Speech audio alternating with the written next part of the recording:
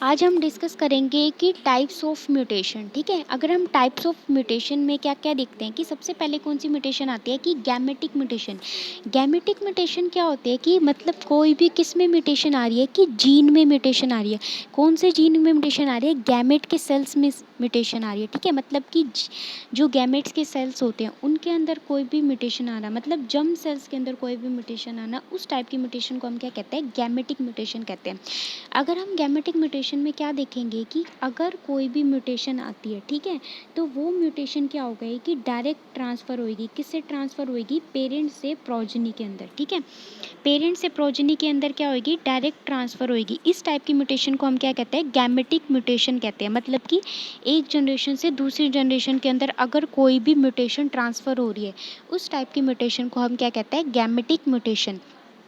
अगर इसमें कोई भी म्यूटेशन रिसेसिव सेल के अंदर होएगी तो वो कभी भी क्या होएगी? ट्रांसफ़र नहीं होएगी पेरेंट से प्रोजेनी के अंदर। लेकिन अगर डोमिनेंट सेल के अंदर कभी भी म्यूटेशन हुई, हमेशा देखना कि जो F1 प्रोजेनी होती है वो क्या करती है कि जो अपने कैरेक्टर को हमेशा डोमिनेंट कैरेक्टर को शो करती है।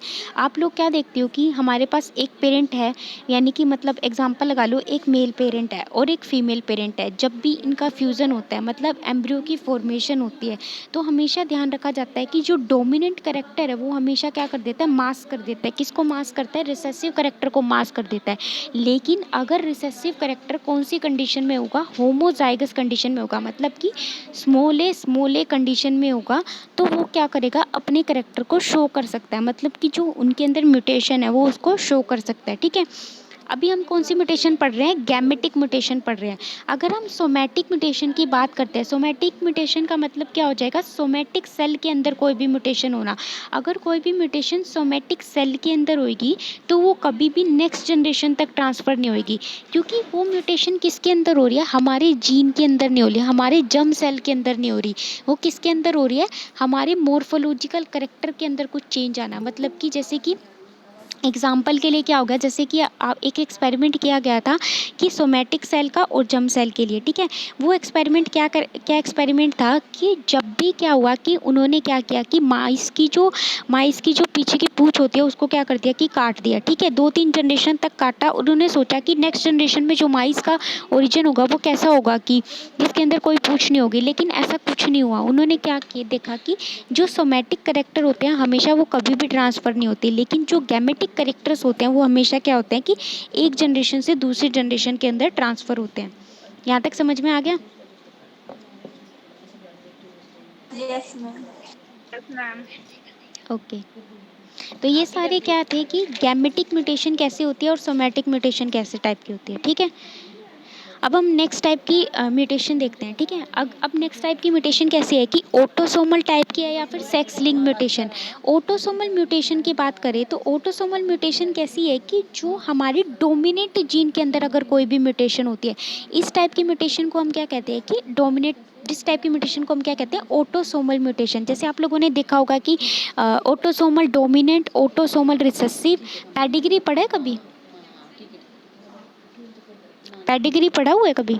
Yes ma'am. तो पेडिग्री में आप लोग क्या देखते हो कि autosomal dominant, autosomal recessive, sex link dominant या सेक्स लिंक रिसेसिव। तो ऐसे क्या है कि अगर हम ऑटोसोमल जीन के अंदर कभी भी म्यूटेशन होती है तो हमेशा ध्यान रखना कि जब भी रिसेसिव जीन के अंदर म्यूटेशन होगी, रिसेसिव का मतलब जब भी स्मूले हमेशा एक साथ आएंगे तब भी डिजीज़ होने के चांसेस क्या होते हैं कि ज़्यादा होते हैं। लेकिन अगर कभी भी ऐसी सिचुएशन आ जाए कि एक कैपिटल ए है और एक स्मॉल ए है, तो कभी भी डिजीज़ नहीं होगा, क्योंकि जो डोमिनेंट जीन होगा वो क्या करेगा? मास्क कर लेगा किसके एक्सप्रेशन को? रिसेसिव जीन के एक्सप्रेशन को।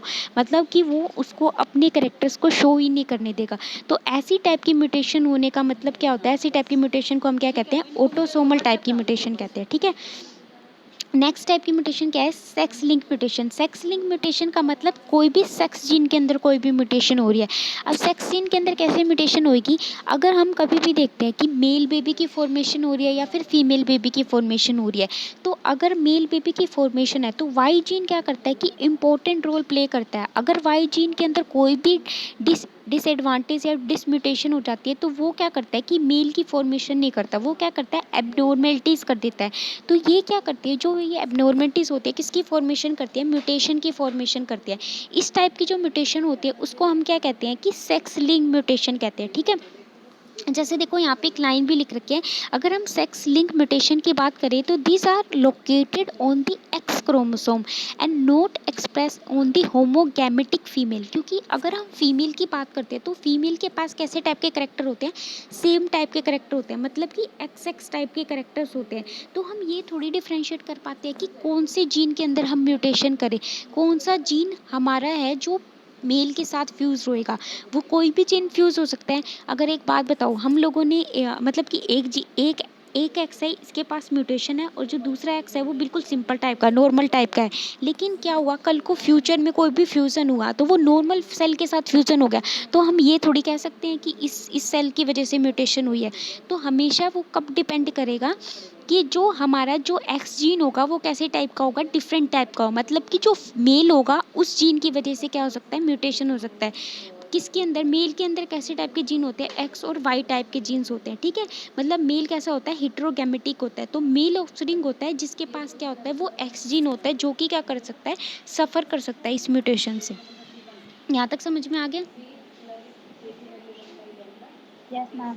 ये सारे क्या है, ये पॉइंट है कि म्यूटेशन किस किस टाइप से हो सकती है, कि अगर कोई भी जीन सेल के अंदर म्यूटेशन होती है तो वो कैसे हो सकती है, कोई भी सोमेटिक सेल के अंदर म्यूटेशन हो रही है तो वो कैसे हो सकती है। हमेशा बस ये छोटी छोटी करेक्टरिस्टिक्स ध्यान रखना, क्वेश्चन हमेशा यही आएंगे कि अगर गैमेटिक सेल के अंदर म्यूटेशन होगी तो जीन ट्रांसफर होएगा या नहीं होएगा, मतलब कि वो डिजीज़ होएगी या नहीं होएगी नेक्स्ट जनरेशन में। या फिर अगर कभी भी सोमेटिक सेल से कोई भी जीन ट्रांसफ़र होता है तो जीन में म्यूटेशन होएगी या नहीं। तो अगर सोमेटिक सेल से ट्रांसफ़र होता है तो कभी भी म्यूटेशन होने के चांसेस कम होते हैं, क्योंकि वो कभी भी नेक्स्ट जनरेशन में पास नहीं हो पाती। और अगर ऑटोसोमल सेल के अंदर म्यूटेशन होती है तो ऑटोसोमल सेल के अंदर कब म्यूटेशन होएगी, जब भी कंडीशन कैसी होएगी, डोमिनेंट टाइप की होएगी। डोमिनेंट कंडीशन के अंदर क्या होंगे कि डिजीज़ होने के चांसेस ज़्यादा होंगे। और अगर रिसेसिव सेल के अंदर अगर म्यूटेशन हो रही है तो हमेशा कंडीशन कैसी होनी चाहिए, रिसेसिव सेल के अंदर कैसी कंडीशन होनी चाहिए कि स्मोले मतलब दोनों एलिस कैसे होनी चाहिए, रिसेसिव टाइप के होने चाहिए, तब जाके कोई भी डिजीज़ कोज होएगी, ठीक है। इसके अलावा नेक्स्ट टाइप की म्यूटेशन की बात करें तो नेक्स्ट टाइप की म्यूटेशन कैसी है, ग्रोस म्यूटेशन। ग्रोस म्यूटेशन का मतलब क्या है कि कोई भी ऐसी म्यूटेशन जिससे पूरा का पूरा बेस पेयर ही चेंज हो जाए, या फिर ऐसा एंटायर जीन ही चेंज हो जाए, उस टाइप की म्यूटेशन को हम क्या कहते हैं, ग्रोस टाइप की म्यूटेशन कहते हैं। ग्रोस का मतलब क्या हो जाएगा कि ज़्यादा क्वांटिटी के अंदर कुछ भी चेंज आ रहा है, वो चेंज ऐसा चेंज जो टॉलरेट ही ना कर पाए, कि पूरे के पूरे जीन को ही चेंज कर देंगे। अगर पूरा का पूरा जीन चेंज हो गया, पूरा का पूरा जीन चेंज करने का मतलब क्या हो गया कि ट्रांसलोकेशन हो गई। ट्रांसलोकेशन का मतलब हम क्या देखते हैं कि एक पूरा का पूरा बेस पेयर क्या हो जाता है, जैसे कि पूरा का पूरा जैसे 180 डिग्री इन्वर्जन हो जाता है। तो 180 डिग्री इन्वर्जन होने का मतलब क्या हो जाएगा, पूरा का पूरा एक जो बेस पेयर होगा वो ऊपर शिफ्ट हो जाएगा, दूसरा नीचे आ जाएगा। तो हम क्या लिखते हैं कि एक बड़ा चेंज हुआ, बिग चेंज हो गया। वो चेंज क्या कहलाता है कि ग्रोस म्यूटेशन, मतलब लार्ज अमाउंट में जो म्यूटेशन होएगा। इसके अलावा अगर हम माइनर म्यूटेशन की बात करें तो वो म्यूटेशन क्या होता है कि पॉइंट म्यूटेशन। पॉइंट म्यूटेशन का मतलब क्या होता है कि एक सिंगल बेस में भी चेंज आ गया, एक छोटे से न्यूक्लियोटाइड में भी चेंज आ जाएगा, उस टाइप की म्यूटेशन को हम क्या कहते हैं, पॉइंट म्यूटेशन कहते हैं, ठीक है। और वो सिंगल जो बेस पेयर का चेंज आएगा डीएनए के अंदर, वो पूरे के पूरे स्टैंड को चेंज कर देगा। एग्जाम्पल के लिए आप लोगों के पास एक स्टार्टिंग कोडोन है। स्टार्टिंग कोडोन क्या है, AUG। किसको कोड करता है AUG, मिथियोनिन को करता है। इसके अलावा एक और आप लोगों के पास एक और सीक्वेंस है, AUG के अलावा एक और सीक्वेंस है AAG। ये भी एक सीक्वेंस आप लोगों के पास। मैं यहाँ से क्या करूँ, मैंने यहाँ से यू को हटा दिया, यू को डिलीट करवा दिया, मतलब यहाँ पे मैंने पॉइंट म्यूटेशन करवा दी। तो हमारा सारा का सारा सीक्वेंस चेंज होगा। हमारा जो नेक्स्ट सीक्वेंस बनेगा वो क्या बन जाएगा, AGA बन जाएगा। ये क्या होगा, एक अलग टाइप का कोडोन होगा। ये कोडोन क्या करेगा, पूरे के पूरे सीक्वेंस को क्या कर देगा, चेंज कर देगा। इस टाइप की म्यूटेशन को हम क्या कहते हैं, पॉइंट म्यूटेशन कहते हैं, ठीक है। ग्रोस म्यूटेशन का मतलब क्या होगा कि पूरे एंटायर जीनोम के अंदर चेंज आ जाना। वो चेंज क्या होगा, टॉलरेट नहीं हो पाता, ठीक है। तो वो म्यूटेशन क्या होती है कि हार्मफुल होती है, लीथल टाइप की म्यूटेशन होती है।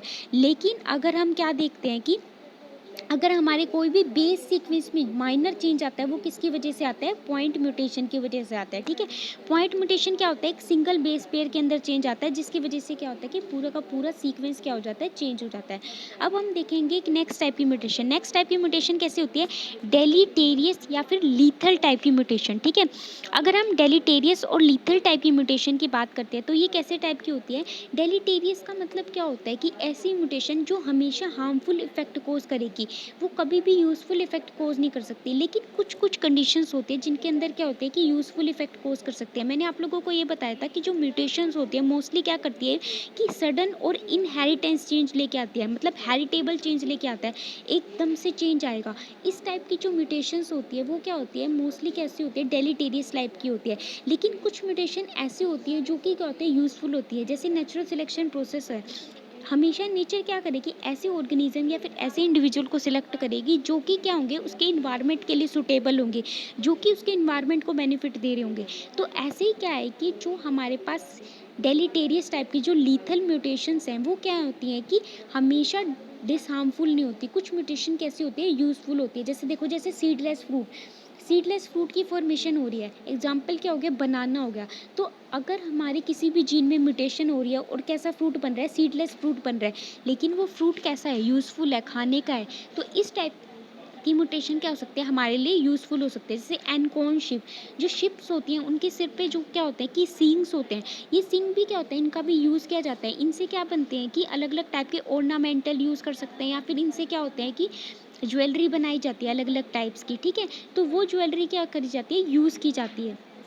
इसके अलावा कुछ क्या होता है, कंडीशनल लीथल। कंडीशनल लीथल का मतलब क्या होता है कि जो किसके ऊपर डिपेंड करता है, कि कंडीशन के ऊपर डिपेंड करता है कि जैसे टेम्परेचर कंडीशन कैसी है। अगर टेम्परेचर कंडीशन सुटेबल्स होगी तो क्या होगा कि म्यूटेशन कोज नहीं होगी। लेकिन अगर क्या होगा कि टेम्परेचर के अंदर जैसे चेंजेस आने लग जाते हैं तो प्रोटीन क्या होता है, प्रोटीन डीनेचुरेशन, प्रोटीन के अंदर क्या होता है, डीनेचुरेशन होने लग जाता है। अगर प्रोटीन के अंदर डीनेचुरेशन होगी तो प्रोटीन क्या होगा, इनबैलेंस हो जाएगा। इनबैलेंस का मतलब क्या हो जाएगा, वो अपना प्रॉपर काम नहीं कर पाएगा।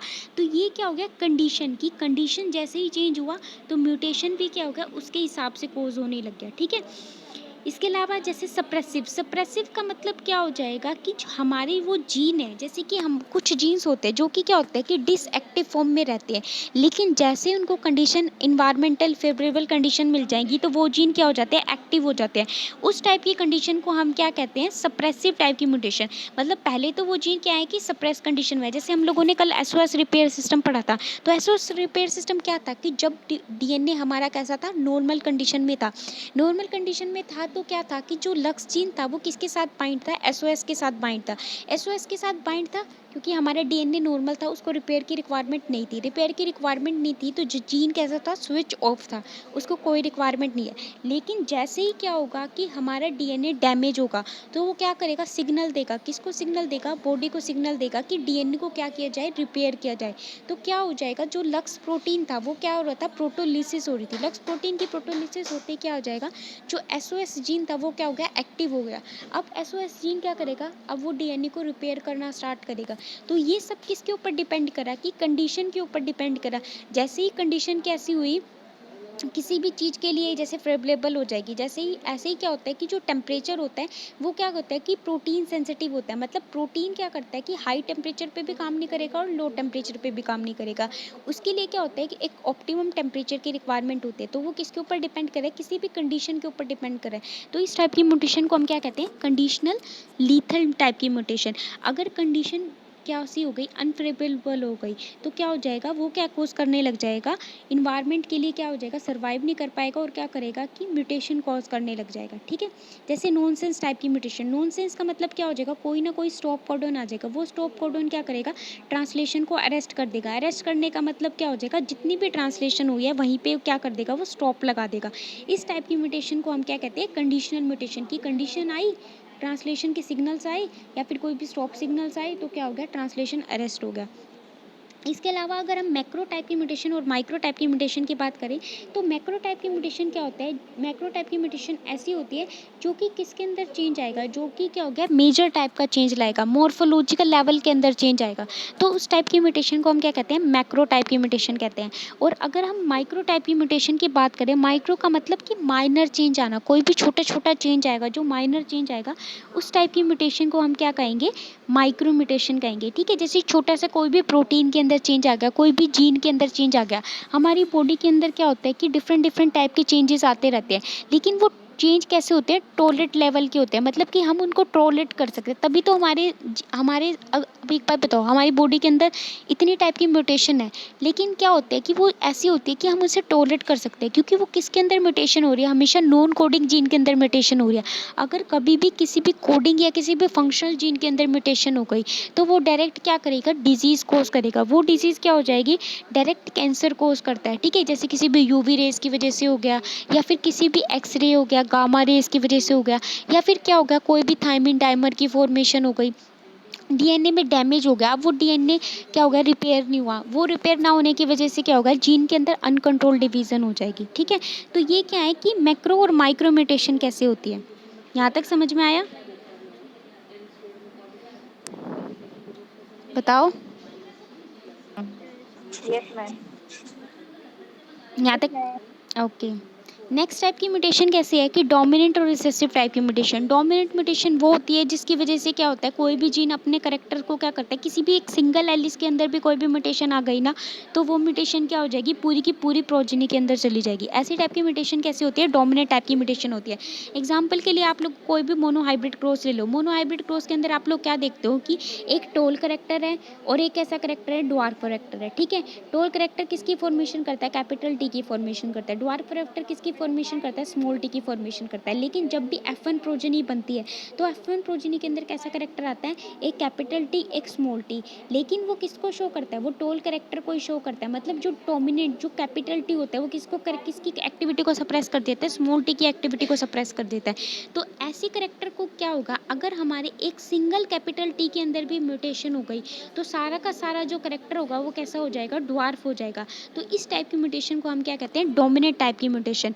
लेकिन अभी मैंने आप लोगों को क्या बताया कि अगर हमारा एक भी टी क्या हो गया, स्मॉल आ गया, मतलब कि दोनों टी स्मॉल स्मॉल टाइप के आ गए, तो सारी की सारी म्यूटेशन कैसी हो जाएगी, रिसेसिव टाइप की म्यूटेशन हो जाएगी, और जो करेक्टर होगा वो कैसा आ जाएगा, ड्वार्फ टाइप का करेक्टर आ जाएगा। इस टाइप की म्यूटेशन को हम क्या कहते हैं, रिसेसिव टाइप की म्यूटेशन कहते हैं। ठीक है, इसके अलावा नेक्स्ट टाइप की म्यूटेशन क्या है कि जैसे बिहेवियर म्यूटेशन। बिहेवियर का मतलब कि क्या हो जाएगा कि ये भी क्या होता है कि जैसे जैसे क्या होता है, किसी भी ऑर्गेनिज्म का बिहेवियर चेंज होता रहता है। ठीक है, जैसे एग्जांपल्स दे रखे हैं यहाँ पे आप लोगों के लिए, जैसे फ्रूट फ्लाई है, फ्रूट फ्लाई क्या कर देता है कि अपने मीटिंग टाइम पे क्या करता है, अपने बिहेवियर को ऑल्टर कर लेता है, अपने बिहेवियर को चेंज करना स्टार्ट कर देता है। या फिर यहाँ पे क्या होता है कि जो ये क्या करता है कि अपने जेनेटिक मतलब कुछ डिफेक्ट ले आता है, डिफेक्ट की वजह से क्या हो जाएगा, उसके बिहेवियर चेंज की वजह से वो डिफेक्ट आने स्टार्ट हो जाते हैं। तो ये भी सारी क्या है, छोटी छोटी करेक्टरिस्टिक्स है कि जैसे बिहेवियर चेंज होने पे भी म्यूटेशन हो सकती है, डोमिनेंट सेल के अंदर भी म्यूटेशन हो सकते हैं, रिसेसिव सेल के अंदर भी म्यूटेशन हो सकती है। इसके अलावा जैसे ये देख रखिए, जैसे कि स्पॉन्टेनियस म्यूटेशन। स्पॉन्टेनियस म्यूटेशन क्या होता है कि जो एकदम से चेंज आएगा, स्पॉन्टेनियस लेवल के ऊपर चेंज आएगा, ऐसी टाइप की म्यूटेशन को हम क्या कहते हैं कि स्पॉन्टेनियस टाइप की म्यूटेशन कहते हैं। ठीक है, जैसे कि जो क्या होती है कि एकदम से चेंज आने लग जाता है, डीएनए में कोई भी रेप्लिकेशन हुई, प्रूफ रीडिंग एक्टिविटी हुई है, उस प्रूफ रीडिंग एक्टिविटी की वजह से भी कोई चेंज आना स्टार्ट हो गया, जैसे उसने स्कैनिंग करी, स्कैनिंग होने के बाद भी कोई भी म्यूटेशन रह गई, तो वो म्यूटेशन क्या करती है कि हार्मफुल इफेक्ट कोज करने लग जाते हैं, क्योंकि उससे जितना भी एमआरएनए बनेगा उन सब के अंदर म्यूटेशन आएगी। एमआरएनए से जितना प्रोटीन बनेगा उस प्रोटीन के अंदर म्यूटेशन आने लग जाएगी, और उस प्रोटीन से जितने भी हार्मोन की सिंथेसिस होगी, जितने भी एंजाइम की सिंथेसिस होगी, उन सब में चेंजेस आने लग जाएगा। तो इस टाइप की म्यूटेशन को हम क्या कहते हैं, स्पॉन्टेनियस टाइप की म्यूटेशन कहती है। जैसे कि देखो, ये क्या होती है कि जैसे कोई भी रेडिएशंस हो गई, वो रेडिएशन क्या हो गया, एटमॉस्फेयर में आई, तो एकदम से क्या हो गया कि रैंडम न्यूक्लियोटाइड्स के अंदर चेंज होना स्टार्ट हो जाएगा। ठीक है, लेकिन जो स्पॉन्टेनियस म्यूटेशन होती है वो क्या होती है, वेरी स्लो होती है।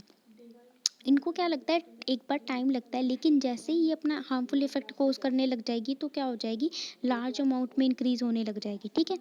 इसके अलावा अगर हम इंड्यूस म्यूटेशन की बात करें तो इंड्यूस म्यूटेशन कैसे टाइप की होती है, आर्टिफिशियल टाइप की म्यूटेशन होती है। मतलब क्या होगा कि इसके लिए हमें क्या होगा, ऐसी केमिकल की रिक्वायरमेंट होगी जो कि क्या कर सके, इनको एक्टिवेट कर सके। तो इस टाइप की म्यूटेशन को हम क्या कहते हैं, आर्टिफिशियल टाइप की म्यूटेशन कहते हैं। ठीक है। आर्टिफिशियल म्यूटेशन के अंदर क्या होता है, किसी भी एजेंट की रिक्वायरमेंट होता है। मतलब कि अभी हम देखेंगे कि कौन कौन से म्यूटेशंस होते हैं जिनको हम एक्टिवेट कर सकते हैं, जिनसे हम क्या कर सकते हैं, क्लासिफिकेशन कर सकते हैं। ठीक है। तो इस टाइप की जो क्लासिफिकेशन होते हैं उसको हम क्या कहते हैं, इंड्यूस टाइप की क्लासिफिकेशन कहते हैं, फिर इंड्यूस टाइप की म्यूटेशंस कहते हैं। ठीक है। जैसे इनके लिए एक्सरे की रिक्वायरमेंट होगी या फिर गामा रेज की रिक्वायरमेंट होगी, जिससे हम क्या कर सकते हैं, किसी भी म्यूटेशन को एक्टिवेट कर सकते हैं। समझ में आ गया यहाँ तक? Yes ma'am.